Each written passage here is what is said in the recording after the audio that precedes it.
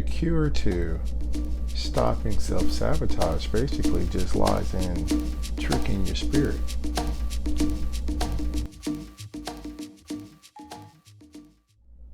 And to be found, peace and blessings. This is Derric More, and wanted to do a little short video.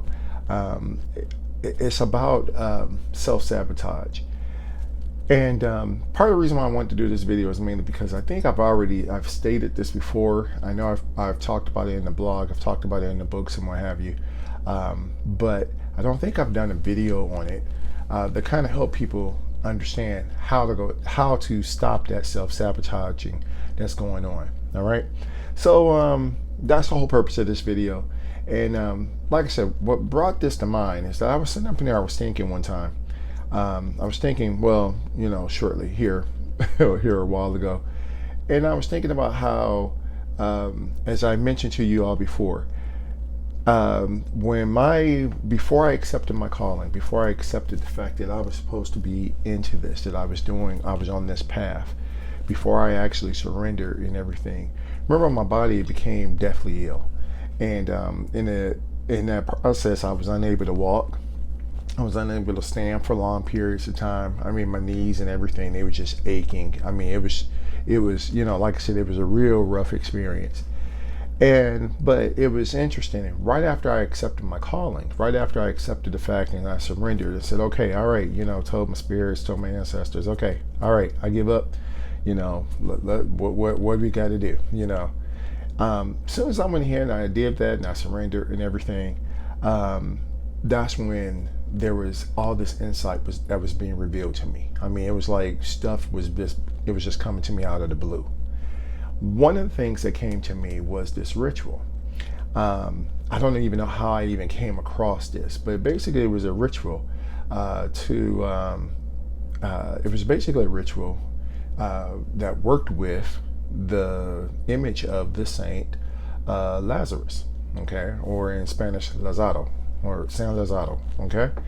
And what happened was, in this ritual, basically what they were saying is that you take a figurine of Lazaro and you promise him that you would take his crutches off if he heals you, all right?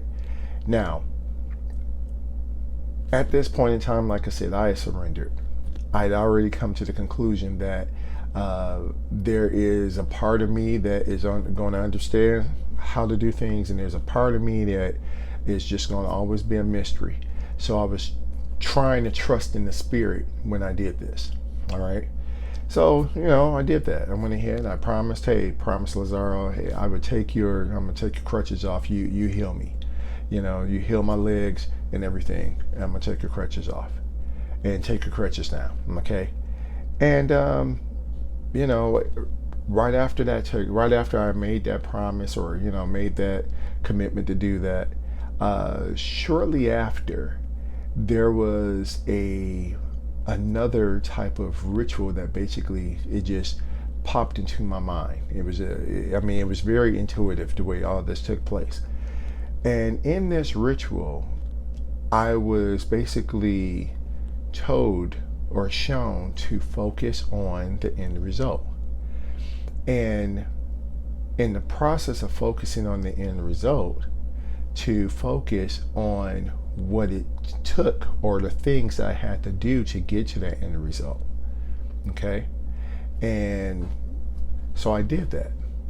And the next thing I know, I think it was like maybe 2-3 days later or something like that. In the process, I went ahead and I started dancing. This is how I was getting my mobility back in my legs. I started dancing, started visualizing. If I could walk, I would be able to run. If I could walk, or if my legs were strong again, then I would be able to dance. And this is my visual. Okay, this was the ritual that basically I was doing. And I spent time just doing that, because basically, like I said, I was laid up, I was incapacitated. So all I did was I focused on that. And lo and behold, it was like a couple of days later or something like that. I can't remember can't actually remember if it was a week or so, but I know it happened real quickly. All I know is that somehow there was a water main had busted, or a pipe had busted, or something like that. There was some kind of leak going on. And it called for me to go down the stairs into the basement in order to shut off the main, in order for me to, to keep the water from basically flooding, flooding all the way down into the house. And I remember when I did it, it was interesting. When I'm hearing this water, and the water's just, it's busted, because I think this happened, it's around the winter time or so. So when the water busted and everything, and I'm hearing it dripping and everything, yeah, I mean, it's pouring down there. Immediately I got up, I ran downstairs and shut off the main and ran back upstairs. And I had to run back upstairs and downstairs, just to make sure everything was okay. And I think it was probably maybe the third or fourth time after I ran up and down the stairs that it dawned on me, the ritual worked. Okay. And I always reflect back on that one ritual because it helps me to understand. A lot of times people, they focus on the end result of when they do a goal, when they set a goal, or they have something that they want to accomplish, they focus on the end result, but they don't focus, or they don't include the process in the part, or in them doing that, in them focusing on the end result. Okay.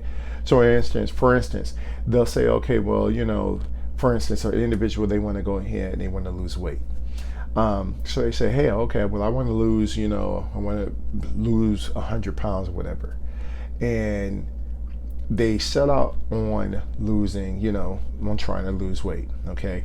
They'll try to do this diet, try to stick to the diet for about 3 days or so, or maybe a little bit more.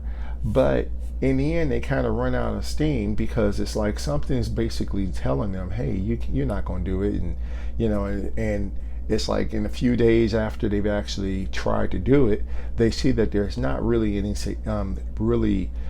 significant weight loss that's been accomplished. They didn't lose 5 or 10 pounds in those first few days, and it discourages them. And after they're discouraged, basically, like I said, they stop in their process. They stop in what they're doing. All right. So what this ritual basically showed me was that when you focus on the end result, you're supposed to think of it, or imagine yourself, or visualize what would you do if your goal was already achieved. This is the trick that you're running on your subconscious, on the subconscious part of your being, so that it believes it, and then the superconscious manifests as what it is that you need, or what you want. So like I said, you have to visualize what it is.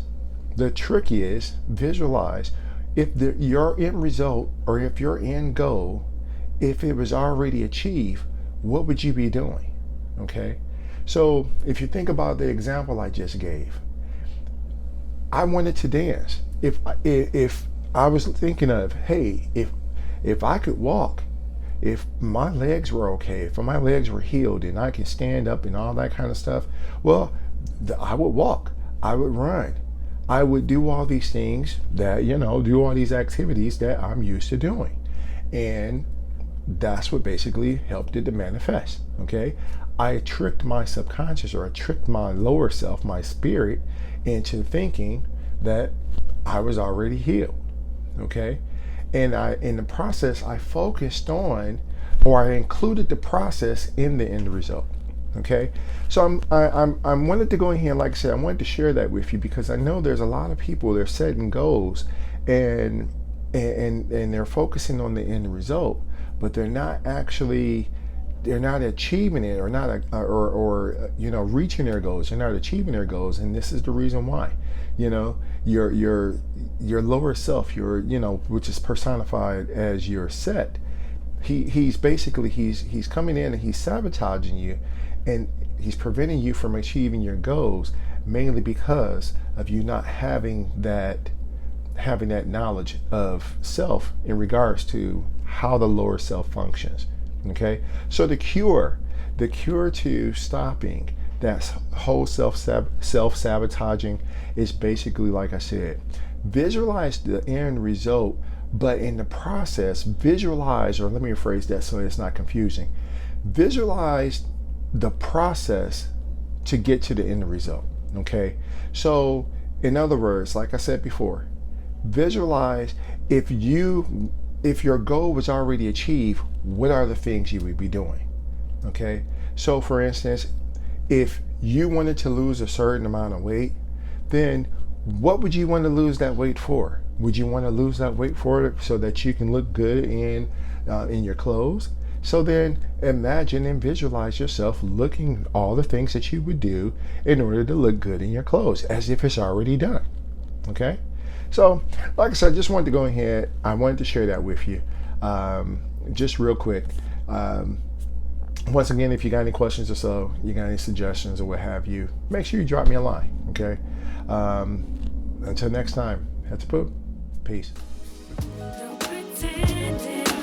Baby.